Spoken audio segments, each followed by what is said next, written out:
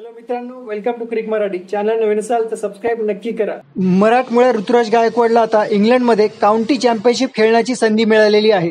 इंग्लंडमधला जो सर्वात मोठा काउंटी क्लब आहे त्या काउंटी क्लबने ऋतुराज गायकवाड सोबत कॉन्ट्रॅक्ट केलेला आहे आणि 22 जुलैपासून जी काउंटी चॅम्पियनशिपचा सेकंड हाफ सुरू होणार आहे त्या सेकंड हाफमध्ये खेळण्याची ऋतुराज गायकवाडला चान्स मिळालेला आहे.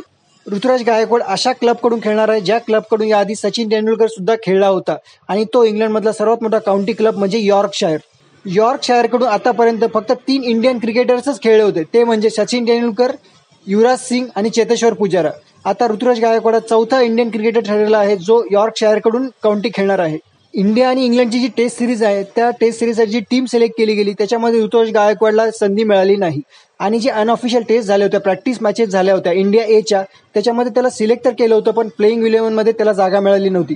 त्याच्यामुळे आता काउंटी चॅम्पियन टेस्टमध्ये चांगला परफॉर्मन्स करून परत टीम इंडियामध्ये जागा मिळवण्याचा ऋतुराज गायकवाड हा बेस्ट चान्स आहे.